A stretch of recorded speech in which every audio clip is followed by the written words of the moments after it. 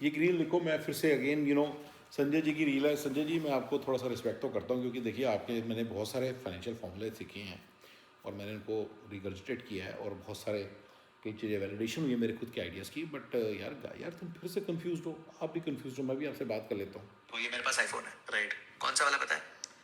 I think it's 14। नहीं, ये 12 Pro max है। ये 12 प्रो मैक्स, ओके, ठीक है। वो तो सारे सेम दिखते हैं। हाँ, दिखते सारे सेम है ना। आपने 14 तक तो मेरे को अपग्रेड कर ही दिया। ठीक है, ये तो आप ही ने कर दिया, मेरे को ही जरूरत नहीं पड़ी। This is 12 Pro Max. This was bought in November of 2020। अच्छा, आज हम फरवरी ऑफ 2025 में बैठे हुए हैं, राइट? और मुझे नहीं लगता मैं अगले 1-2 साल इसको चेंज करूंगा, मुझे जरूरत नहीं पड़ रही, राइट? मैंने दूसरा फोन लिया, उसका रीजन ये था कि मुझे स्क्रीन बड़ा चाहिए था, तो मैंने उसके लिए एक फोल्ड फोन लिया था। तो बट ये फोन मेरे को अपग्रेड करने की कोई जरूरत नहीं पड़ी। क्या मैं नहीं कर सकता? बिल्कुल कर सकते हो, एब्सोल्युटली, आप कभी भी। तो इसलिए मैं नहीं करता, क्योंकि जब आप कर सकते हो और आप नहीं करते ना, उसे पावर कहते हैं। ठीक है, संजय जी ना फिर से कंफ्यूज हो जाते हैं, बस यही चक्कर। इन फरवरी 2025 बोला है, हैरानी की बात है, मतलब pretty much in the last 15-20 days और समथिंग। यार ये बंदे क्यों इतने कंफ्यूज कर देते हैं आपको? ये बंदा जो मुझे क्लेम कर रहे हैं कि मेरे पास जी 100 करोड़ है, 100 करोड़ को अगर आप चुपचाप उसमें डाल दें, 4% विड्रॉल के हिसाब से 4 करोड़ रुपये साल की इनकम ये क्रिएट कर सकता है।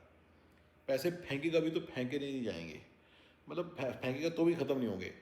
घर नहीं ले रहा है, आईफोन नहीं ले रहा है, गाइस बहुत सारी चीज़ें नहीं करता। तो ये जो लोग रिच लोग हैं, देखिए मैं ज़्यादा बड़े रिच लोगों के नाम लूँगा, अंबानी ने मतलब 20 करोड़ की गाड़ी ली है, 20-15 करोड़ की घड़ी पहनी हुई है, इतनी बड़ी गाड़ी है उनके पास।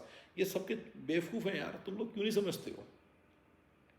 पैसे का नंबर 1 यूटिलिटी है ये घर, और बाकी और उसके बाद गाड़ी, और उसके बाद अपने ऊपर खर्चा करना, बच्चों की एजुकेशन पे खर्चा करना। अगर आप इन सब चीज़ों में स्टिंगी रहोगे तो फिर आप आगे लाइफ में तरक्की कैसे करोगे? मतलब आपकी तरक्की का मतलब है भी क्या? कहीं ना कहीं संजय जी, मैं आपको थोड़ा सा बताता हूँ क्या हो रहा हो सकता है आपकी लाइफ में, उसको आप ठीक करो जरा, अगर आपकी ये चीज़ ठीक हो सकती है तो। देखिए, ये हो सकता है कि आपने पैसे बहुत सारे डाले हुए हैं, ठीक है, या तो पैसे आपके हैं ही नहीं, आप सबके पैसे गिन के अपने गिनते हो।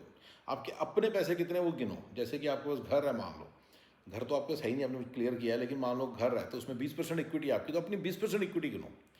उस इक्विटी को निकालने के बाद जैसे 12% टैक्स इंडिया में LTCG, अगर आपके सारे पैसे LTCG वाले हैं तो आपका 12% टैक्स आएगा। तो आप गिनो कि 12% टैक्स निकालने के बाद ये मेरी नेटवर्थ है। वो जो पैसे बनेंगे, अगर ब्रोकरेज है उसमें से वो भी निकालो। अब जो पैसे बच गए वो पैसे आपकी नेटवर्थ है। उसको पैसे को अगर आप प्लीज़ एक एनालिसिस करो कि अगर आप उसे 4% विड्रॉल रेट पे अगर आप किसी निफ्टी 50 में डाल देते हो, राइट, तो आपको पैसे बनेंगे, आप वो पैसे ग्रो भी करते रहेंगे। तो आपको तो सारे फॉर्मूले पता ही हैं सारे। तो आप उसको जो से पैसे को अपना समझ लो कि ये मेरी गारंटी रिटर्न है। और आप क्या गलती कर रहे हो सकते हैं, आप इसको स्टॉक्स में डाल रहे हो सकते हैं। तो इसलिए आपको कहीं ना कहीं दिमाग पे टेंशन रहती है, इसको आपको एनालाइज करना बहुत ज़रूरी है। आपके बिना टेंशन वाले पैसे वो हैं जो आपके निफ्टी 50 साइड पे पड़े हैं या FD में पड़े हैं, वो आपके बिना टेंशन वाले पैसे, और वही आपके रियल मनी है। जो रियल एस्टेट में घुसी पड़ी है मनी और जो इधर उधर घुसी पड़ी है मनी, वो आपकी रियल मनी नहीं है, ठीक है ना। मैंने 3-4 कैटेगरीज बनाई हैं, आपने थोड़े दिन पहले एक प्रिंसिपल बताया था, बजट, एक्सपेंस, इन्वेस्टमेंट, ये एक और बताया था आपने। मैं आपको अब आपको थोड़ा सा उसका एडवांस फॉर्मूला बता देता हूँ। ये आपकी फायर मनी की तरफ जा रहा है, यानी कि रिटायरमेंट मनी की तरफ जा रहा है, जो कि आप अभी हो सकते हो। इसको आप साइड पे रखो, जितने आपके खर्चे हैं ना, जितने आपके मंथली खर्चे हैं, बाय लिविंग प्रॉपर्टी, मतलब यू डोंट लिव प्रॉपर्टी। घर लेने के बाद गाड़ी का खर्चा, ड्राइवर का खर्चा, मेड का भी खर्चा गिन लो, सारे खर्चे गिन लो, बच्चों की फीस गिन लो। Indian grocery store in LA or in Sacramento or in any place.